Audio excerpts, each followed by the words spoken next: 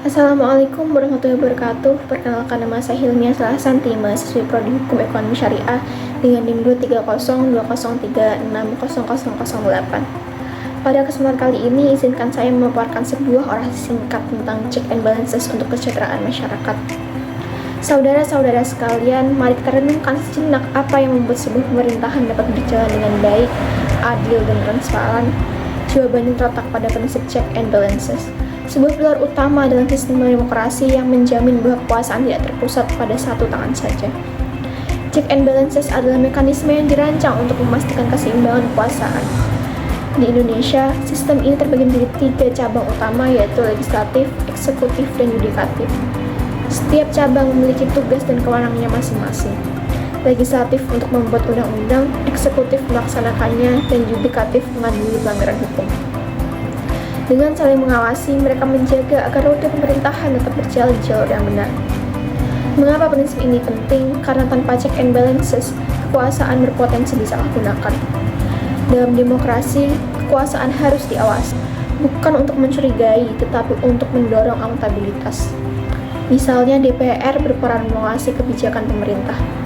Jika kebijakan itu salah dan tidak sesuai dengan kebutuhan rakyat, maka DPR berhak meminta penjelasan atau bahkan menolaknya.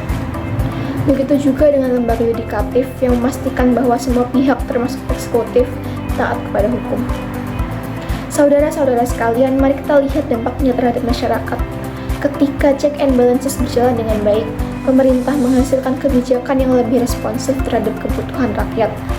Misalnya, anggaran negara dapat digunakan secara lebih efektif untuk pembangunan fasilitas kesehatan, pendidikan, dan infrastruktur. Selain itu, prinsip ini juga mencegah korupsi.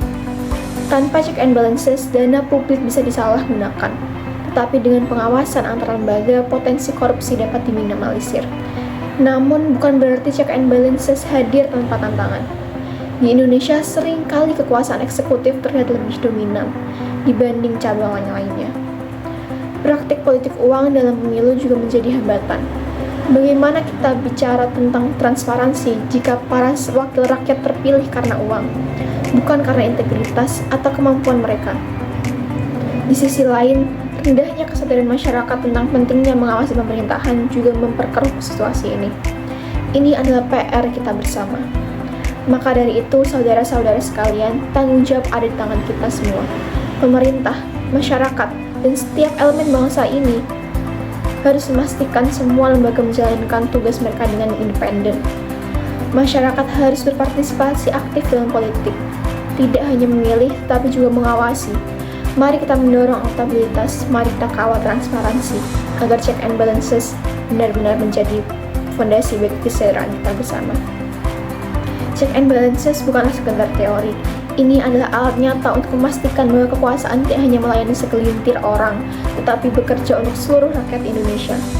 Bersama-sama, mari kita jadikan prinsip ini bukan hanya slogan, tetapi kenyataan dalam kehidupan berbangsa dan bernegara. Karena kesejahteraan kita dimulai dari pemerintah yang bersih, transparan, dan berkeadilan. Terima kasih. Wassalamualaikum warahmatullahi wabarakatuh.